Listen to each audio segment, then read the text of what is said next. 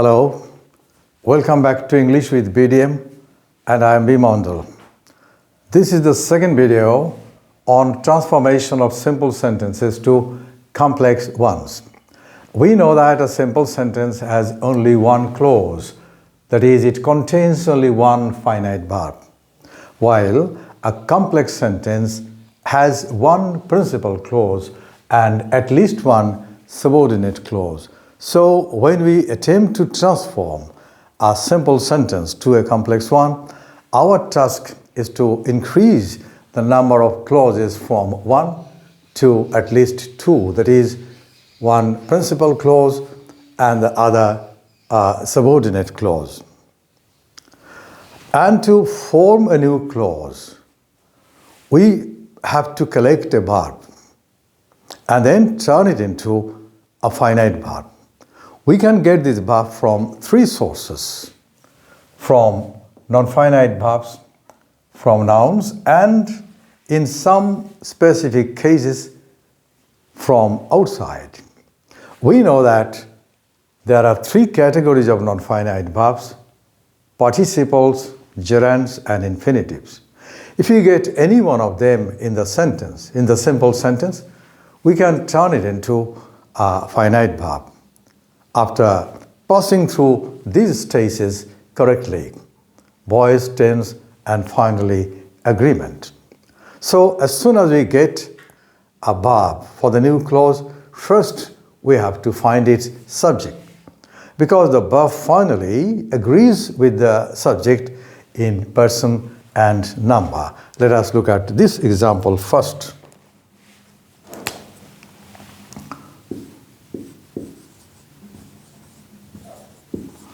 The man shot at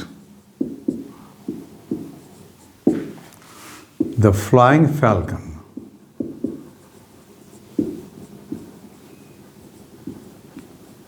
The word is falcon in British pronunciation and falcon in American pronunciation. The man shot at the flying falcon. Now, this is a present participle. And we know that a participle can never be used as the main part of any finite verb without appropriate form of the required helping verb. If we use any form of be, am, is, are, was, were, shall be, will be, we get the continuous tenses in the active voice. If we use have been, has been, had been, shall have been, will have been, we get the perfect continuous tenses in the active voice. Similarly, a past participle can be used as the main part of a tense if it is preceded by have, has, had, shall have, will have, etc.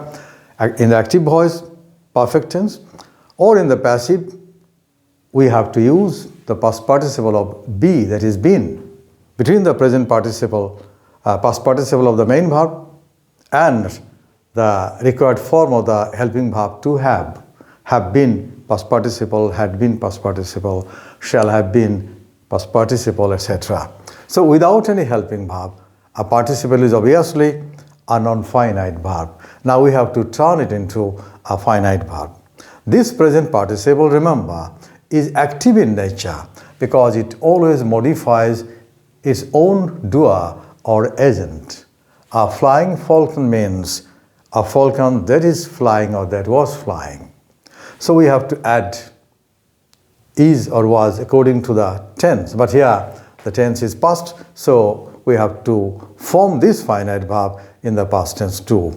And when the man shot at the falcon, it was flying. So the tense must be continuous, and naturally, as the subject is the doer or agent, the voice is active. Now in the past continuous tense, we have got two forms of the same helping verb, to be, was, and were. We have to choose was because our subject has to agree with its subject in person and number, and here, as the subject falcon is in the third person singular number, we have to choose was. So, the man shot at the falcon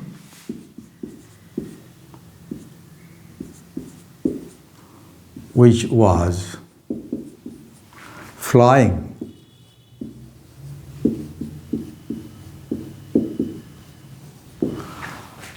The man shot at the falcon which was flying.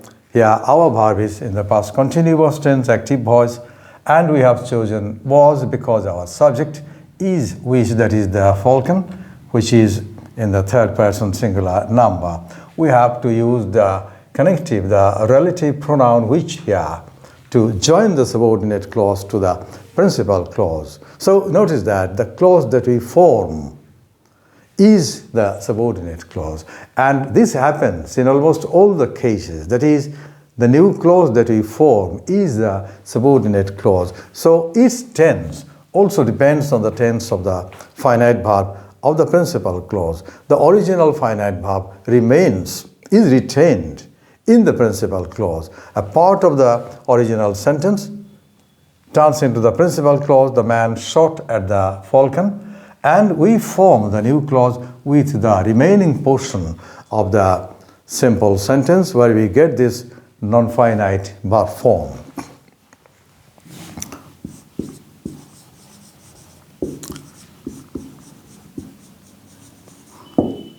People living in glass houses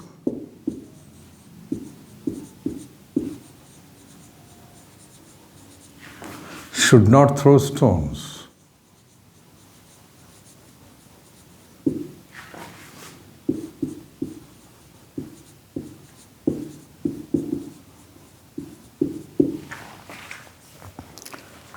People living in glass houses should not throw stones. Here we have got this ing verb form, living, which is here a non-finite present participle. Now we have to turn it into a finite form.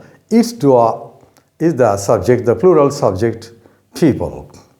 So naturally it is the doer or agent of the verb. Therefore our new clause is going to be active. Whenever you get a present participle of the original of the main verb, you must be sure that it is attached to its own doer or agent, and so the new clause is going to be, must be in the active voice, because that doer or agent of the participle doer will be the subject of the new clause. People live, people doer, so the voice is active. Now the tense here is different because here the verb of the main clause, original sentence, is in the present tense, and this sentence states a general truth of human life that one should not throw stones if he himself lives in a glass house. So we cannot retain the ing, we cannot form the present continuous tense here because this action is not now going on, may or may not be going on, as it is a general truth of human life. People who live in glass houses should not throw stones.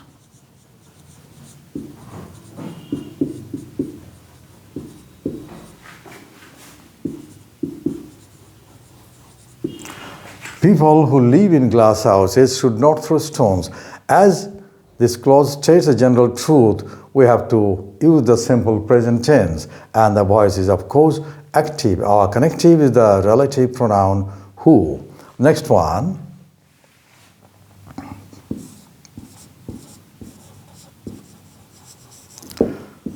Looking up, she noticed a beautiful bird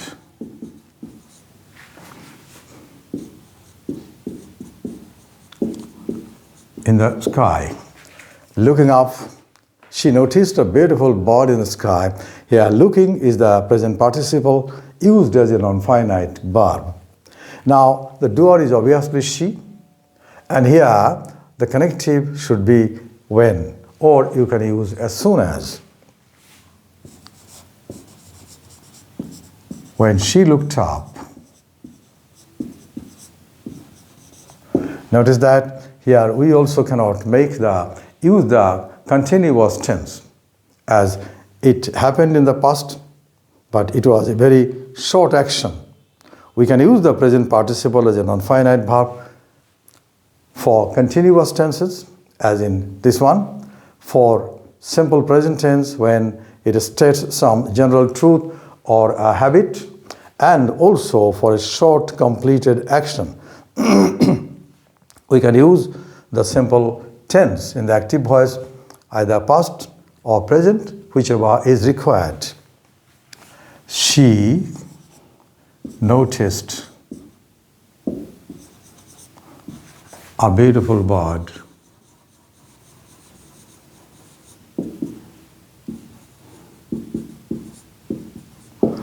in the sky.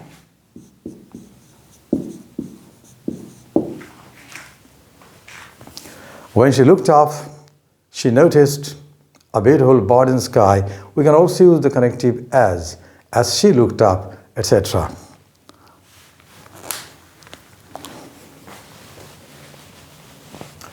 The past participle always modifies its own recipient or the original object of the verb. For example, broken chair, that is the chair which was broken by someone.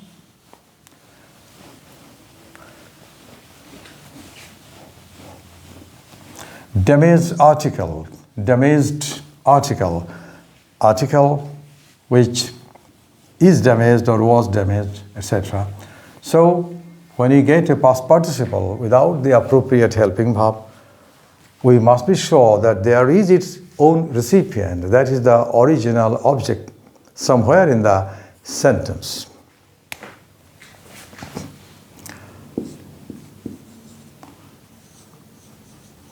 The hunter saw the wounded tiger. The hunter saw the wounded tiger. Wounded, you know, is used as an adjective, but it is originally the past participle of the verb to wound, which means to cause an injury, a deep injury, piercing the skin. That is wound. Wound is also used as a noun, but it is also a verb. And we use this past participle as an adjective used to modify some noun, maybe animal or a human being, etc. Now, this tiger is actually the original object or recipient of the verb wound. Therefore, the clause that we are going to form must be in the passive voice, as then this object will be the subject of the new clause.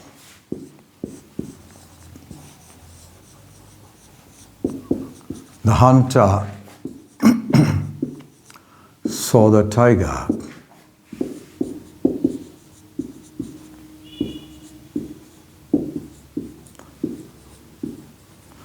Which was wounded. The hunter saw the tiger which was wounded. Here the focus is on the state of being wounded.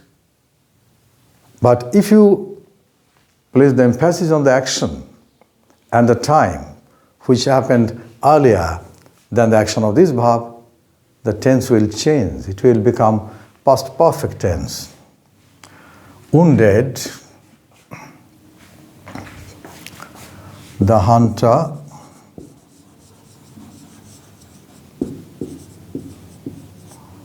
saw the tiger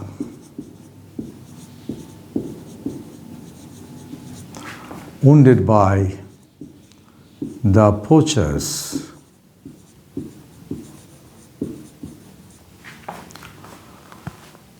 The previous week.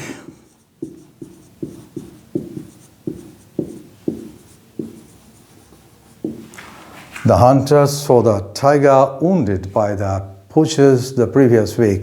Now the focus is on wound as a verb, as an action which had been performed by the pushes and the time 1 week back.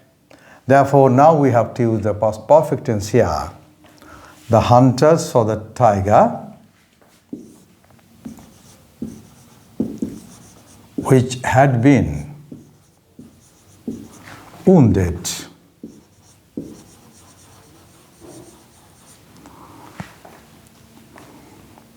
by the poachers the previous week.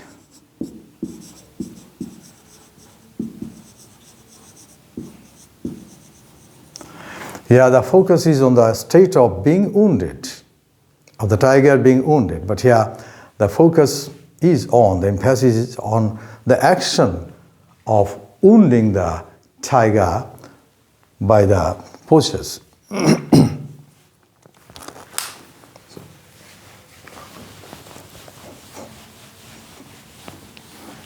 Another example of the past participle as a non-finite verb form.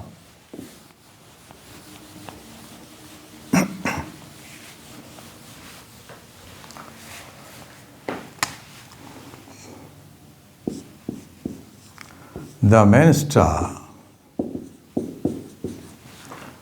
visited the villages devastated by the unprecedented flood.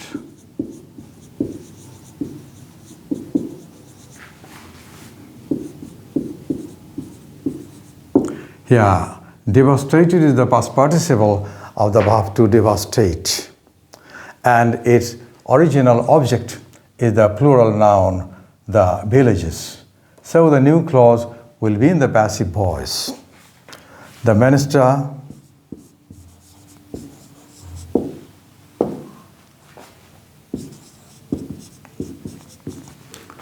visited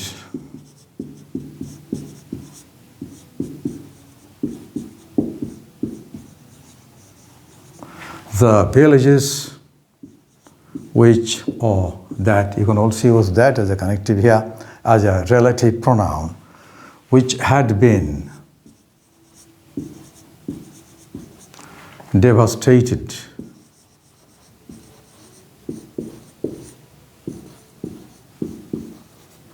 by the unprecedented flood.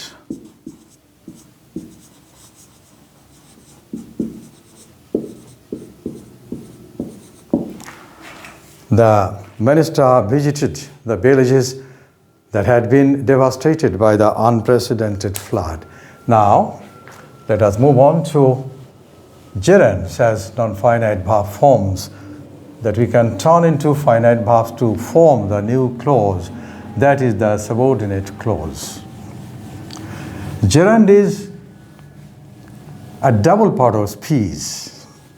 As it is a form of a verb, it has many properties, many features of the verb, but it also changes. It acquires some qualities, some features of a noun. So a gerund is a double part of speech, a verb and a noun combined.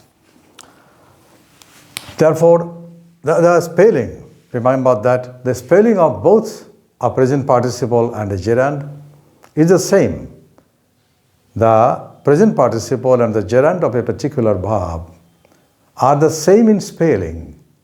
Walking may be used both as a participle, present participle, and as a gerund. But when it is used as a gerund, it must have the main features of a noun. That is, it can be used as a subject of a sentence, it can be used as the object of a transitive verb, it can be placed after a preposition, etc. He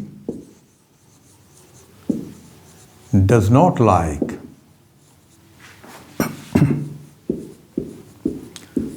you're calling him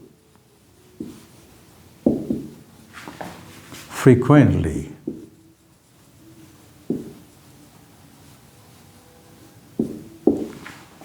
He does not like your calling him frequently. Here, calling is a gerund. As it is preceded by the possessive yo, we can place only a noun after such words, my, our, your, his, her, their, etc., which are called possessives or possessive determiners, possessive adjectives. He does not like, and this phrase, you're calling him, is the object of the verb to like. And the clause that I'm going to form will also become a noun subordinate clause. It is a noun phrase in the simple sentence, and when we turn it into a complex sentence, this phrase, the noun phrase, will turn into a noun clause, and it will remain the object of the verb to like. Here the phrase is the object, and in this sentence, in the complex sentence, the clause will be the object, like that. Here begins the subordinate clause with the connective, that you, our subject is you call him frequently. So we have to drop the ing and use the base form of the verb, because our original sentence is in the present tense, and this sentence should be here according to the demand of the situation in the present simple tense. And the voice is of course active because the subject is the doer of the verb to call. On being encouraged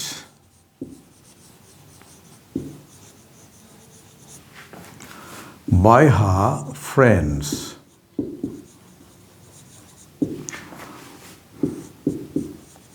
the girl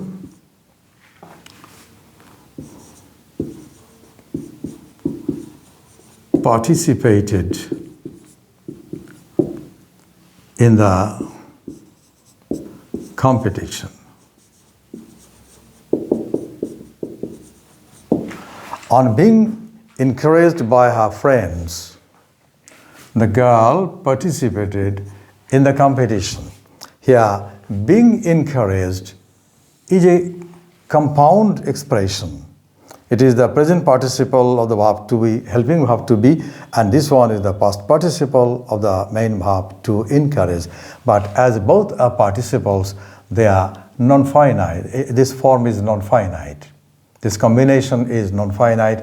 It is here a gerund because it is preceded by the preposition on. When we place any ing verb form, it may be the ing verb form of the main verb, like going, walking, singing. She is fond of singing. He is fond of swimming. Here, swimming, singing are gerunds because they are preceded by preposition, the preposition of. Fond of singing, fond of swimming, etc. So being encouraged here is a passive gerund because this combination, past participle preceded by any form of be, must be passive in nature. So the new clause must be in the passive voice. As the girl was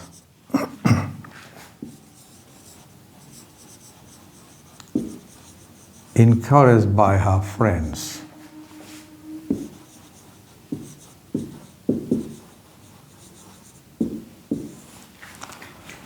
she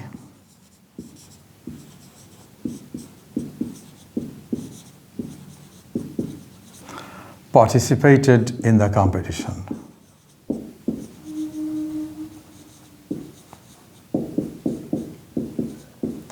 Now, you can form the clause in the active voice too, because in this sentence we have got the doer, this plural noun, as the agent, doer or agent of the verb to encourage. As her friends encouraged the girl, she participated in the competition, but it is better to form the clause in the passive voice because the non-finite verb form here, the gerund, is passive.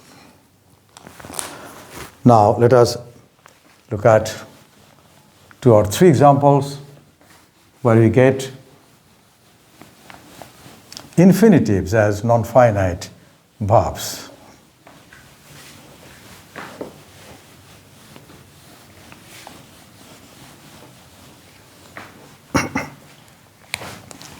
The man is too weak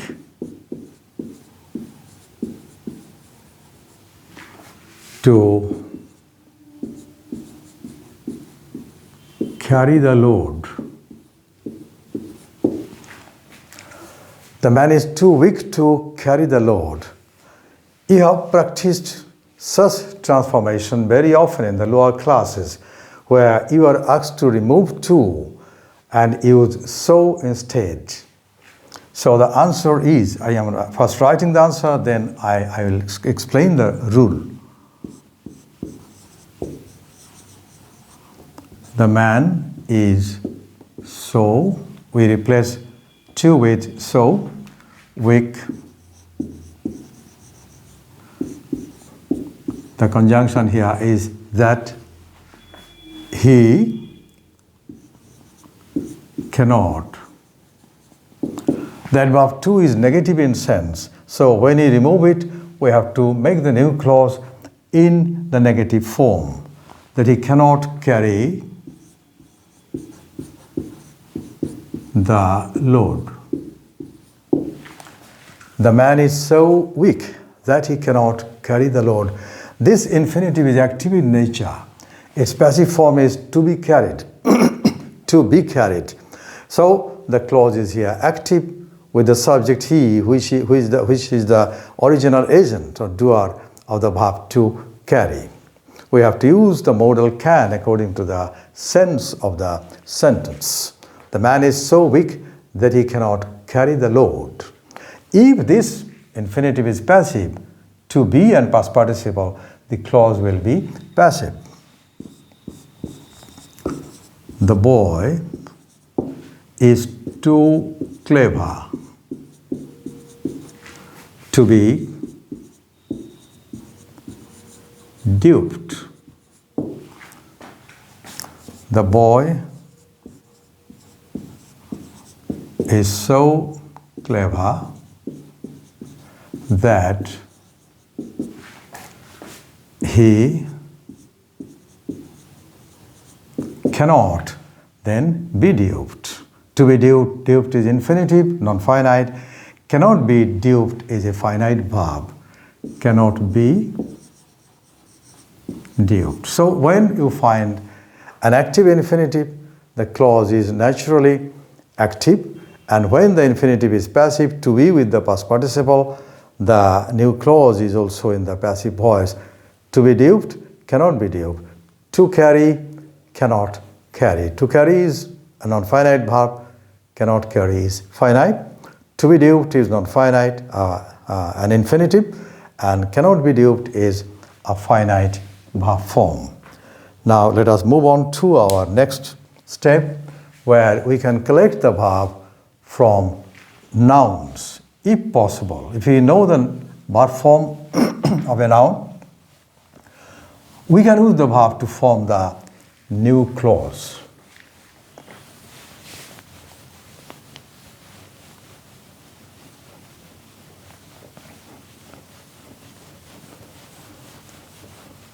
But before that, let me give another example with infinitive.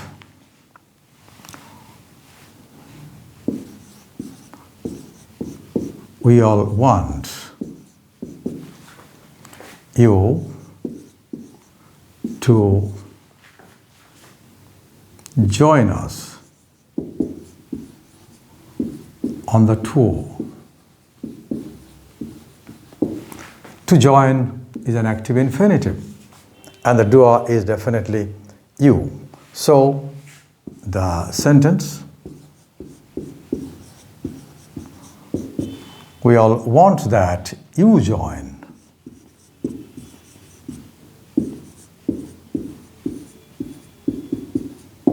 us on the tour. We all want that you join us on the tour.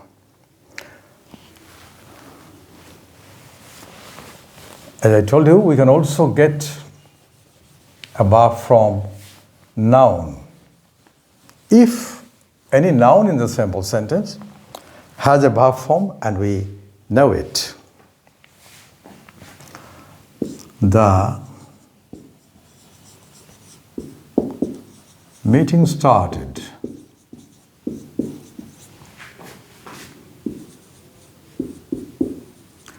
On the arrival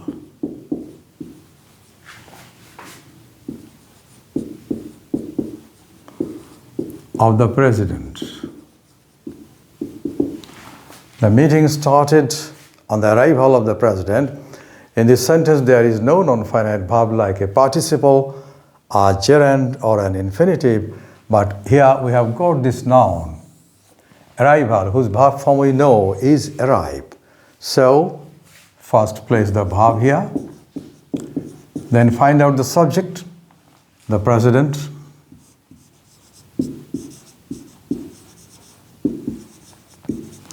We get the voice active, and now calculate the tense as the original sentence is in the past tense. The new clause is to be in the past tense, a suitable past tense form. The meeting started.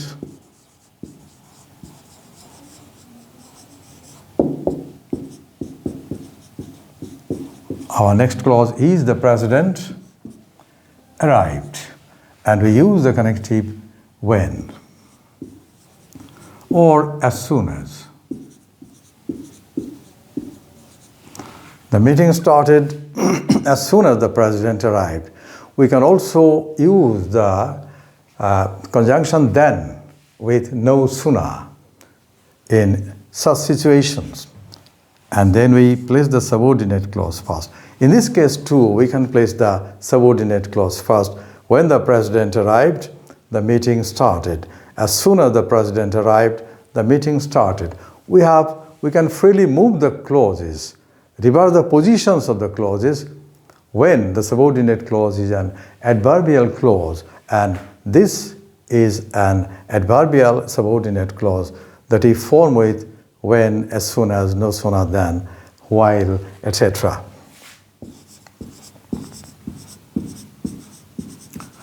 No sooner had the president arrived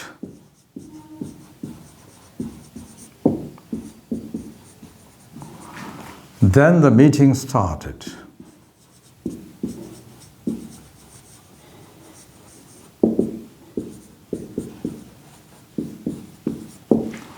No sooner had the president arrived than the meeting started. The conjunction is then.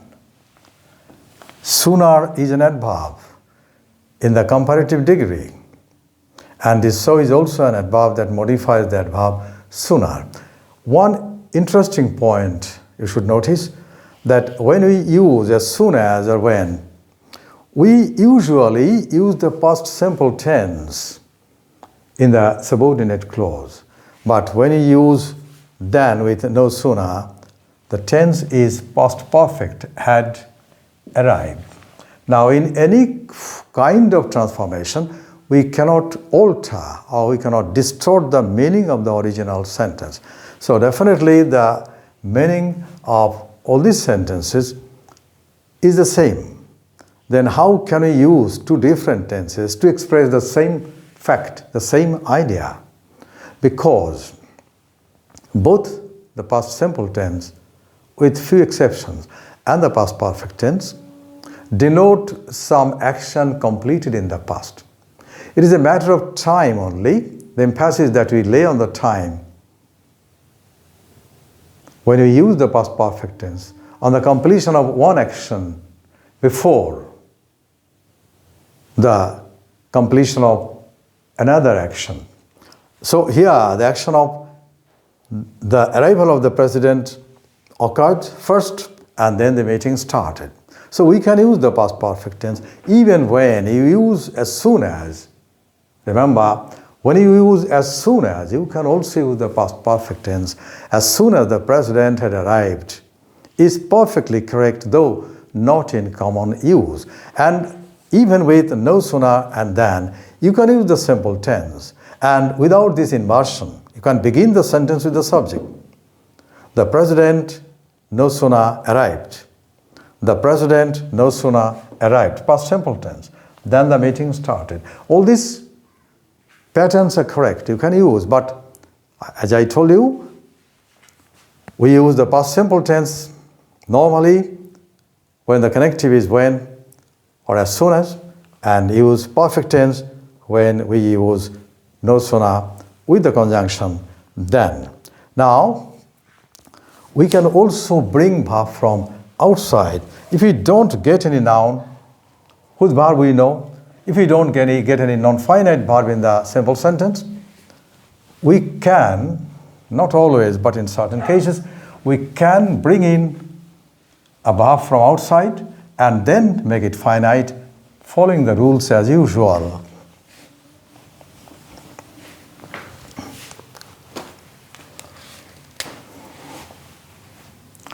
The man at the gate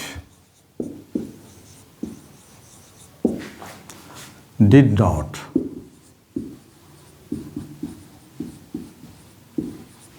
allow me in. In this sentence, there is no non-finite verb and there is no noun whose verb form we can use to form the new clause. The man at the gate did not allow me in. Now, we can use the verb here, was. The man who was at the gate, the man who was guarding the gate. We can use either was as a main verb or guard, the past tense of guard, guarded, or we can also use the continuous tense, the man who was guarding the gate, if we use guard as the verb here. The man who was guarding the gate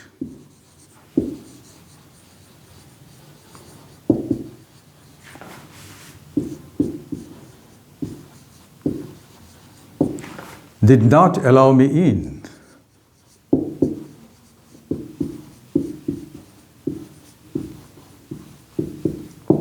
So we can simply bring this verb from outside because it does not distort or alter the meaning of the original sentence. So we should collect the verb depending on the context. The verb that is implied here, that the man was there at the gate or he was guarding the gate. When in London, he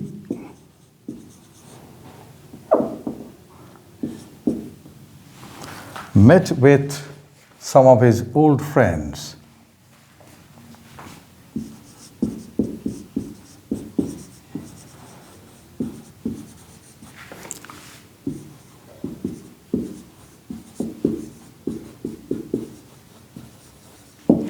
When in London, he met with some of his old friends. And now in this phrase, there is no noun that we can use the verb form of, or there is no non-finite verb form. But we know that, the implied verb is stay or be in the past tense was. When, though there is this conjunction, the subordinating conjunction here, this is not a clause because there is no verb in this group of words.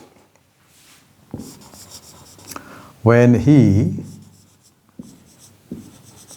was in London.